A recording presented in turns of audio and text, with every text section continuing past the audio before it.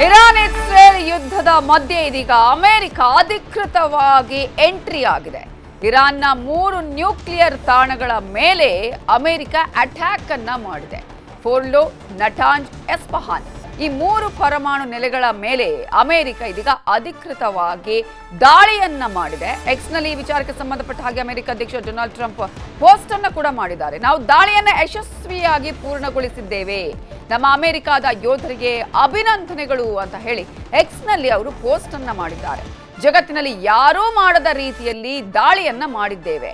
Attack ಆದ ಬಳಿಕ ನಮ್ಮ ಎಲ್ಲಾ ವಿಮಾನಗಳು ಕೂಡ ವಾಪಸ್ಸಾಗಿವೆ, ಇರಾನ್ನ ವಾಯುನೆಲೆಯಿಂದ ಹೊರಬಂದಿವೆ ಅಂತ ಹೇಳಿ ಎಕ್ಸ್ನಲ್ಲಿ ಡೊನಾಲ್ಡ್ ಟ್ರಂಪ್ ಪೋಸ್ಟ್ ಅನ್ನ ಮಾಡಿದ್ದಾರೆ. ಈ ಮೂಲಕ ಇದೀಗ ಇರಾನ್ನ 3 ಪರಮಾಣು ನೆಲೆಗಳು ಏನಿದೆ ಅವೆಲ್ಲವನ್ನ ಕೂಡ ಉಡಿಸ್ ಮಾಡಿದೆ ಅಮೆರಿಕ. ಅಷ್ಟು ಮಾತ್ರ ಅಲ್ಲ, ಇದೀಗ ಅಧಿಕೃತವಾಗಿ ಯುದ್ಧಕ್ಕೆ ಎಂಟ್ರಿ ಕೊಟ್ಟ ಹಾಗೆ ಆಗಿದೆ. ಇದೇ ವಿಚಾರವನ್ನ ಇದೀಗ ಅಮೆರಿಕ ಅಧ್ಯಕ್ಷ ಡೊನಾಲ್ಡ್ ಟ್ರಂಪ್ ಸೋಷಿಯಲ್ ಮೀಡಿಯಾದಲ್ಲಿ ಹಂಚಿಕೊಂಡಿದ್ದಾರೆ. ಜೊತೆಗೆ ಅಮೆರಿಕದ ಯೋಧರಿಗೂ ಕೂಡ ಅವರು ಈ ಸಂದರ್ಭದಲ್ಲಿ ಅಭಿನಂದನೆಯನ್ನ ಸಲ್ಲಿಸಿದ್ದಾರೆ. ಈಗಾಗಲೇ ಯುದ್ಧ ಆಗ್ಬಾರ್ದು ಅನ್ನುವಂತಹ ಸಂದರ್ಭದಲ್ಲೇ ಇದೀಗ 3 ಇರಾನ್ನ ಪರಮಾಣು ನೆಲೆಗಳ ಮೇಲೆ ಅಮೆರಿಕ ದಾಳಿಯನ್ನ ಮಾಡಿದೆ. ಇದೇ ವಿಚಾರಕ್ಕೆ ಸಂಬಂಧಪಟ್ಟ ಹಾಗೆ ಇನ್ನಷ್ಟು ಡೀಟೇಲ್ಸ್ ಅನ್ನ ಕೊಡೋದಕ್ಕೆ ನಮ್ಮ ನ್ಯೂಸ್ ಎಡಿಟರ್ ಆಗಿರುವಂತಹ ರಾಘವೇಂದ್ರ ಗುಡಿ ಈಗ ಫೋನ್ ಸಂಪರ್ಕದಲ್ಲಿ ಜಾಯ್ನ್ ಆಗಿದ್ದಾರೆ. ರಾಘವೇಂದ್ರ ಗುಡಿ, ಒಂದ್ ಕಡೆ ಶಾಂತಿಯ ವಿಚಾರ, ಮತ್ತೊಂದು ಕಡೆ ಏನೇ ಆದ್ರೂ ಕೂಡ ನಾವು ಯಾವುದೇ ಸಂದರ್ಭದಲ್ಲಿ ಯುದ್ಧ ಮಾಡಬಹುದು ಅನ್ನುವ ವಿಚಾರವನ್ನ ಅಮೆರಿಕ ಹೇಳ್ತಾನೆ ಬರ್ತಾ ಇತ್ತು. ಇದೀಗ ಅಧಿಕೃತವಾಗಿ ಈ ಇರಾನ್ ಇಸ್ರೇಲ್ ಯುದ್ಧದ ಮಧ್ಯೆ ಎಂಟ್ರಿ ಆಗಿದೆ. ಏನೆಲ್ಲ ಆಗಿದೆ ಅಲ್ಲಿ? ಪ್ರಮುಖವಾಗಿ ಇರಾನ್ನ ನ್ಯೂಕ್ಲಿಯರ್ ನೆಲೆಗಳಾಗಿರ್ತಾರೆ 3 ನೆಲೆಗಳನ್ನ ಟಾರ್ಗೆಟ್ ಮಾಡಿರುವಂತದ್ದು ನವಿತಾ. ಅದರಲ್ಲೂ ಫರ್ದೋ ಅಂತಕ್ಕಂಥ ಒಂದು ಪ್ರದೇಶದ ಬೆಂಕಿಯ ಕೆನ್ನಾಲೆಗೆ ಅಂತೂ ಆಗಸಕ್ಕೆ ಚಾಚಿಕೊಳ್ತಾ ಇದೆ. ಆ ಮಟ್ಟಿಗೆ ಅದರ ಒಂದು ವಿಜುವಲ್ಸ್ ಗಳು ಈಗ ಬರೋದಕ್ಕೆ ಶುರುವಾಗ್ತಾ ಇದಾವೆ. ಈ ದೃಶ್ಯವನ್ನ ಗಮನಿಸ್ತಾ ಇದ್ರೆ ಸಹಜವಾಗಿ ಅನ್ಸುತ್ತೆ ಎಷ್ಟು ದೊಡ್ಡ ಮಟ್ಟದ ದಾಳಿಯನ್ನ ಅಮೆರಿಕ ಕೈಗೊಂಡಿರಬಹುದು ಅಂತಕ್ಕಂಥದ್ದು. ಯಾಕಂದ್ರೆ ಅಮೆರಿಕ ಕೂಡ ಈಗ ಈ ಮುಂಚಿತವಾಗಿ ಸಾಕಷ್ಟು ಬಾರಿ ಈ ಬಗ್ಗೆ ಚರ್ಚೆ ಆಗ್ತಾ ಇತ್ತು, ದಾಳಿ ಆಗುತ್ತಾ ಆಗೋದಿಲ್ವಾ, ಏನಾಗುತ್ತೆ ಅಂತಕ್ಕಂಥದ್ದು. ಆದ್ರೆ ಆ ದೃಶ್ಯಾವಳಿಗಳನ್ನ ಗಮನಿಸ್ತಾ ಇದ್ರೆ ನಿಜಕ್ಕೂ ಕೂಡ ಮೈ ನೆರವೇರಿಸ್ತಾ ಇದೆ ಮತ್ತು ಆಘಾತಕಾರಿಯಾಗಿರ್ತಕ್ಕಂಥ ದೃಶ್ಯಗಳನ್ನ ನಾವು ನೋಡಬಹುದಾಗಿದೆ. ಯಾವ ರೀತಿಯಾಗಿರ್ತಕ್ಕಂಥ ದಾಳಿಯಾಗಿದೆ ಅಂತ ಅಮೆರಿಕ ಮಾಧ್ಯಮಗಳು, ಈಗ ಫಾಕ್ಸ್ ನ್ಯೂಸ್ ಇರ್ಬೋದು, ಅಮೆರಿಕದ ಮಾಧ್ಯಮಗಳು ಕೂಡ ವರದಿಯನ್ನ ಮಾಡ್ತಾ ಇದ್ದಾವೆ. ಅವರು ಕೊಟ್ಟಂತ ಮಾಹಿತಿಯನ್ನ ನೋಡೋದಾದ್ರೆ B-12 ಬಾಂಬರ್ ಗಳನ್ನ ಬಳಕೆ ಮಾಡ್ಕೊಂಡಿದ್ದಾರೆ. ಸುಮಾರು 30,000 ಪೌಂಡ್ ಬಂಕರ್ ಬಸ್ಟರ್ಸ್ ಗಳನ್ನ ಇಲ್ಲಿ ಬಳಕೆಯನ್ನ ಮಾಡಲಾಗಿದೆ ಅಂತಕ್ಕಂಥದ್ದು. ಈ ಬಂಕರ್ ಬಸ್ಟರ್ಸ್ ಅಂದ್ರೆ ಸಾಮಾನ್ಯವಾಗಿ ಏನಾಗಿರುತ್ತೆ, ನೆಲದ ಆಳದಲ್ಲಿ ಬಂಕರ್ಗಳನ್ನ ಮಾಡಿ ಅಲ್ಲಿ ಬಾಂಬ್ಗಳ ತಯಾರಿಕೆ ಲ್ಯಾಬ್ಗಳನ್ನ ಮಾಡಿರುತ್ತೆ. ಇದು ಬಂಕರ್ ಬಸ್ಟರ್ಸ್ ಬಾಂಬರ್ಸ್ಗಳು ಆ ನೆಲವನ್ನ ಭೇದಿಸಿ ಒಂದು ಬಂಕರ್ ಅನ್ನ ಭೇದಿಸಿ ಒಳಗಡೆ ಹೋಗಿ ಸ್ಫೋಟಗೊಳ್ತವೆ. ಆ ರೀತಿಯಾಗಿರ್ತಕ್ಕಂಥ ಒಂದೊಂದು ಬಂಕರ್ ಬಾಂಬರ್ಗಳು 30,000 ಪೌಂಡ್ ನಷ್ಟು ಇರ್ತಕ್ಕಂಥದ್ದು. ಅಂದ್ರೆ ಅಷ್ಟು ತೂಕವನ್ನ ಹೊಂದಿರತಕ್ಕಂಥ ಬಂಕರ್ ಬಸ್ಟರ್ಸ್ ಗಳನ್ನ ಕೂಡ ಇವರು ಬಳಕೆ ಮಾಡಿರುವಂತದ್ದು.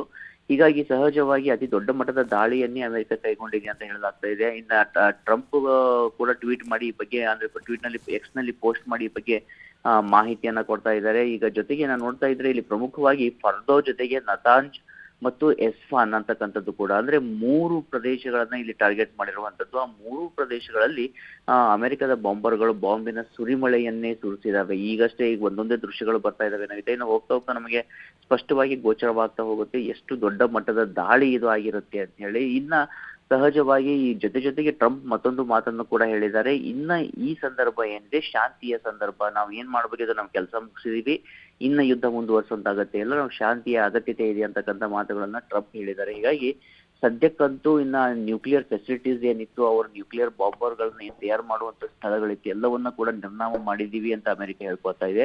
ಇರಾನ್ ಈಗ್ಲಾದ್ರೂ ಸರೆಂಡರ್ ಆಗುತ್ತಾ? ಯಾಕಂದ್ರೆ 4 ದಿನಗಳ ಹಿಂದೆ ಕೂಡ ಎಕ್ಸ್ ನಲ್ಲಿ ಪೋಸ್ಟ್ ಮಾಡಿದಂತ ಟ್ರಂಪ್ ಹೇಳಿದ್ರು ಅನ್ಕಂಡೀಷನಲ್ ಸರೆಂಡರ್ ಆಗ್ಬೇಕು, ಯಾವುದೇ ರೀತಿಯಾಗಿರ್ತಕ್ಕಂಥ ಚೌಕಾಸಿ ಮಾಡೋ ಹಾಗಿಲ್ಲ ಅನ್ನುವಂತ ಮಾತುಗಳನ್ನ ಹೇಳಿದ್ರು. ಈಗಾದ್ರೂ ಇರಾನ್ ಅದು ಒಪ್ಪಿಕೊಳ್ಳುತ್ತಾ?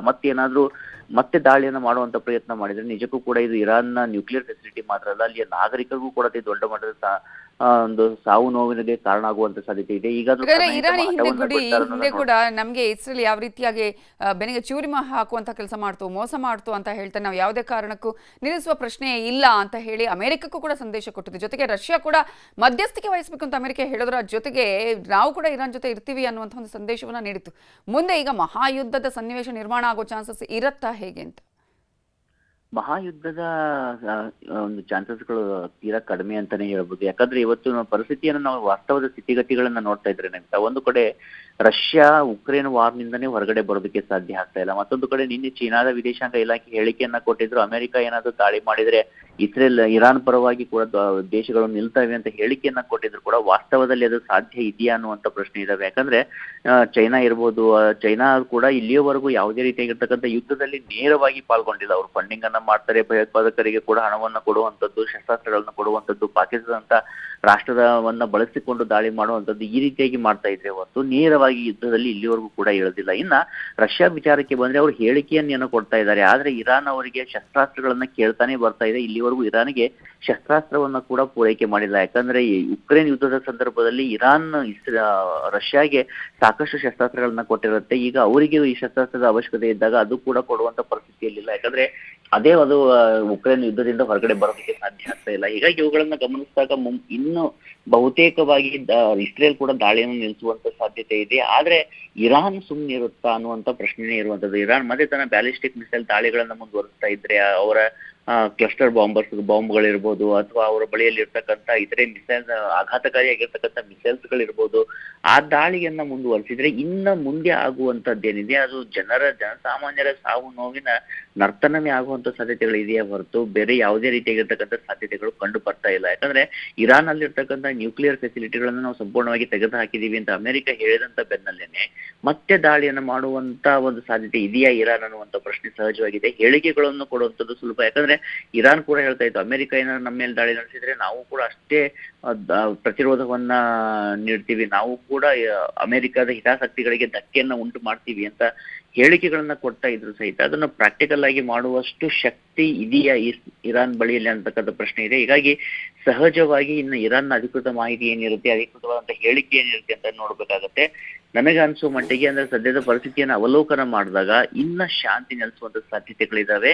ಅದಕ್ಕೆ ಇರಾನ್ ಕೂಡ ಸಿದ್ಧವಾಗುವುದು ಕೂಡ ಬಹುತೇಕವಾಗಿ ಕಂಡು ಬರ್ತಾ ಇದೆ. ಅದು ಬಂದೇ ಇದ್ದು ಮತ್ತೇನಾದ್ರು ಇರಾನ್ ದಾಳಿಯನ್ನ ಮುಂದುವರಿಸಿದ್ರೆ ಖಂಡಿತವಾಗಿ ಇರಾನ್ನ ಅಸ್ತಿತ್ವಕ್ಕೂ ಕೂಡ ಧಕ್ಕೆಯನ್ನು ಉಂಟು ಮಾಡುವಷ್ಟು ಶಕ್ತಿ ಈಗ ಅಮೆರಿಕದ ಬಾಂಬರ್ಸ್ಗಳಿಗಿದೆ ಅನ್ನೋದನ್ನ ಸ್ಪಷ್ಟವಾಗಿ ಇಲ್ಲಿ ಉದಾಹರಣೆಯನ್ನ ಗಮನಿಸಬಹುದಾಗಿದೆ. ನಾವು ಈ ಮೂರು ಪರಮಾಣು ನೆಲೆಗಳೇ ಎಷ್ಟು ಇಂಪಾರ್ಟೆಂಟ್ ಇರಾನ್ಗೆ ಅನ್ನುವಂಥದ್ದು, ಈ ಮೂರು ಪರಮಾಣು ವಾಯು ನೆಲೆಗಳನ್ನೇ ಯಾಕೆ ಟಾರ್ಗೆಟ್ ಮಾಡಲಾಯಿತು ಅಂತ